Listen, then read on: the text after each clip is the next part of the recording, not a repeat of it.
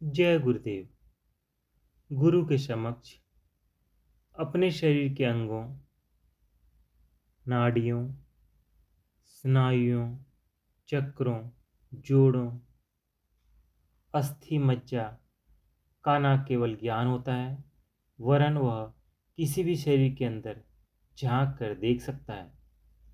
ईश्वर तथा जीव के संबंध, वियोग का कारण, मिलन का उपाय, मार्ग में आने वाली कठिनाइयों, रास्ते के पड़ावों, संकटों, सहायकों, अवस्थाओं, स्थितियों, नियमों से भली भांति परिचित होता है।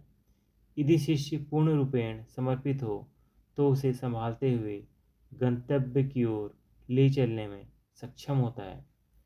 गुरु शिष्य की सभी सीमाएं तोड़ देने में समर्थ, सभी क्लेशों, संतापों, उद्वेगों, चंचलताओं, विक्षेपों को दूर करने के मार्गों, मतों तथा उपायों से न केवल अवगत होता है, अपितु शिष्य को भी उनका ज्ञान करवाने, उन पर चलने चलाने तथा उनका पालन करवाने में सक्षम होता है।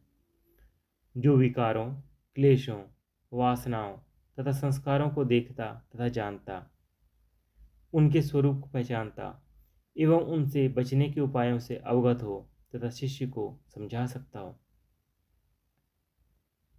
गुरु वह जो प्राण की गतिशीलता, मन की चंचलता, भावों के उद्वेगों, वासनाओं की जटिलताओं, हृदय के रसों तथा संस्कारों की परतों को जानता समझता हो तथा उन्हें मोड़ देने की क्षमता रखता हो।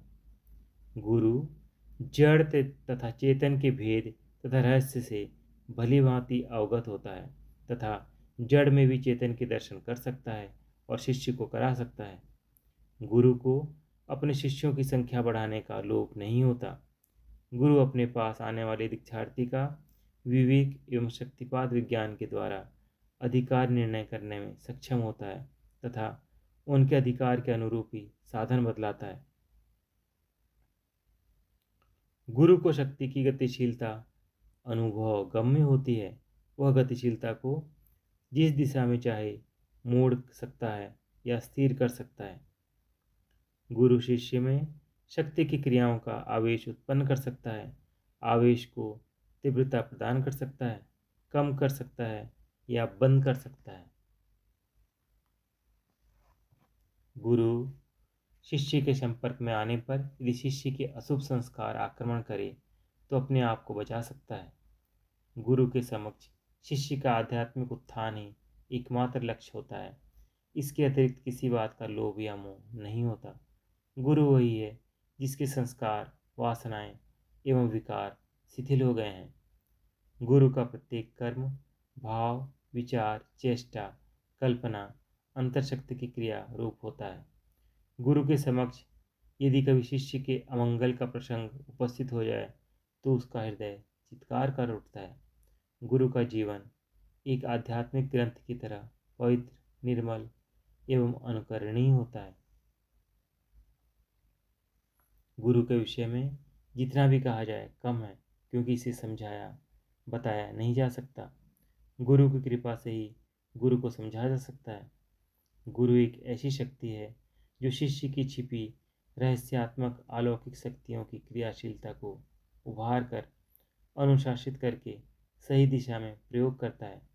प्रत्येक मनुष्य अपने अंतर में गुरु एवं शिष्य दोनों की परिकल्पनाएं, भावनाएं तथा संभावनाएं संजोए है।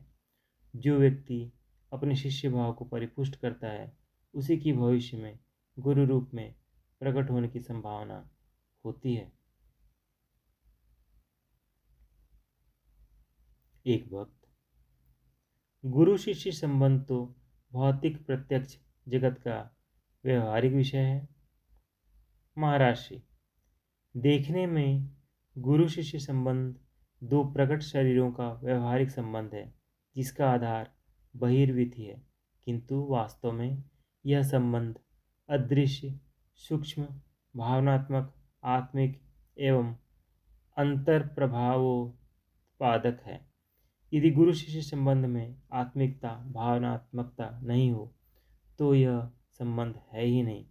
कबीर ने तो यह जो कहा कि गुरु के चरणों में लिपटे पड़े रहो, तो यह गुरु चरण कोई भौतिक चरण नहीं, आंतरिक आत्मिक संबंध जोड़ लेना ही गुरु चरणों में लिपटे रहना है। यह संबंध गुरु तथा शिष्य की एक साथ अंतर्विधि की यात्रा है। इस संबंध में गुरु अपने शिष्य को साथ लेकर चलता है।